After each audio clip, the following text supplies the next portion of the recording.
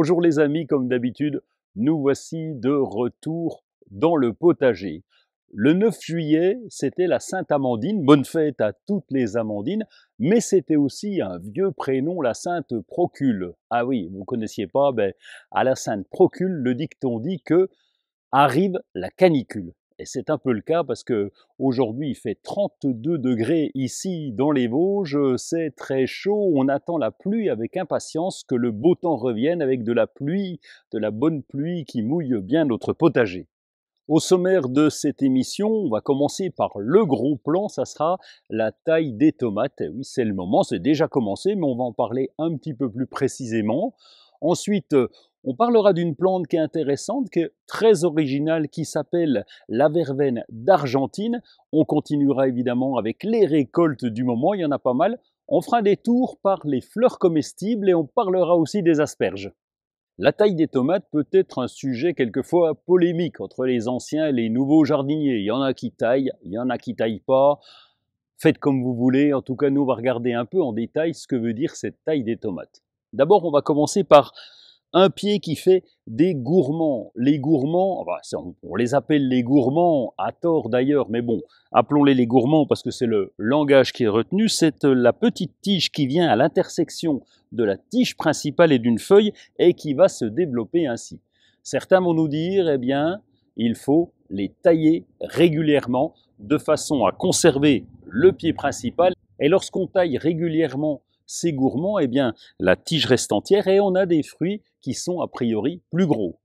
Et puis d'autres vont nous dire, eh bien non, on va laisser ces fameux gourmands se développer puisqu'ils sont ensuite, quand ils se développent, porteurs de fleurs et ils peuvent donner des fruits. Et finalement, laisser la plante se développer comme ça, eh bien, c'est pas plus mal. Une règle qui revient un peu plus souvent, c'est de tailler les tomates qui ont des gros fruits et de laisser se développer les tomates cerises. Eh bien, c'est ce que nous faisons ici. Les tomates dans notre potager, les tomates à gros fruits sont plantées en pleine terre et en serre, et le fait de les tailler, eh bien, ça nous permet de gagner de la place également, parce qu'on n'a pas une place extensible. Et puis vous verrez en pot une tomate d'atolyme qui, elle, se développe toute seule sans qu'on la taille du tout, et elle va continuer de se développer, elle va quand même nous donner des fruits. Les tomates cerises qui ne sont pas taillées, ou les tomates en général qui ne sont pas taillées, ont tendance à faire des fruits plus petits, c'est ce qui se dit, mais on s'en fout puisqu'il s'agit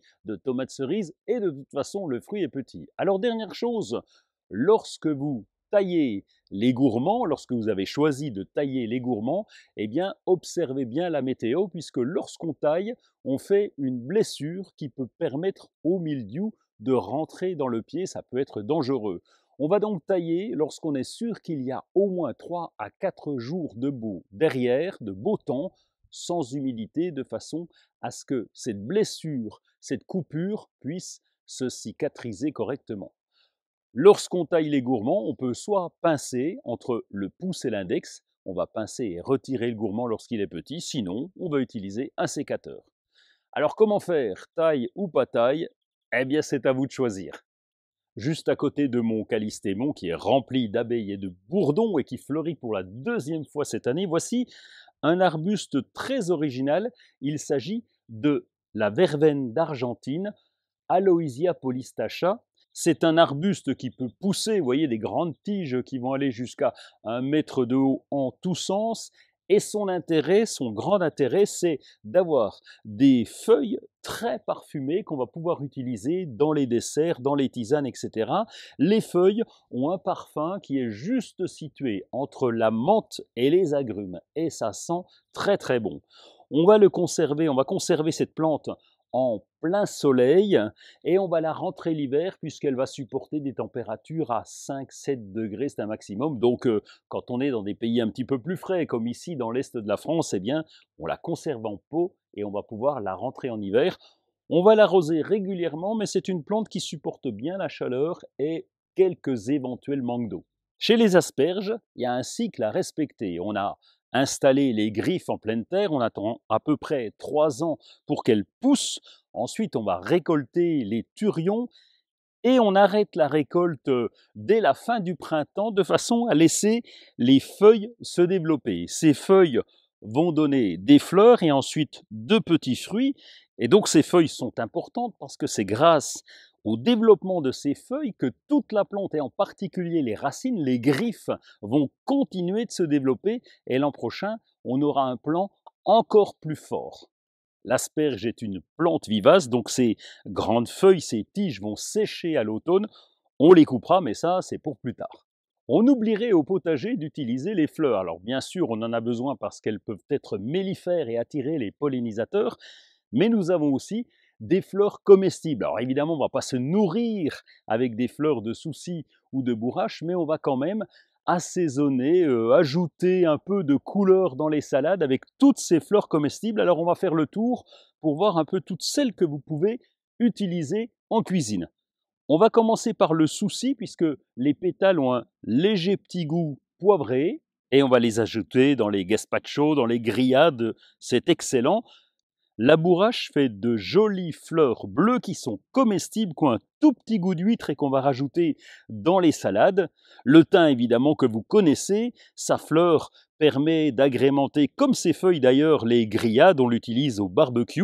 Le basilic, on va retirer la fleur sur l'extrémité de façon à ce que les feuilles se développent, mais cette fleur, elle est aussi comestible et on va pouvoir l'ajouter dans les soupes froides de tomates, par exemple.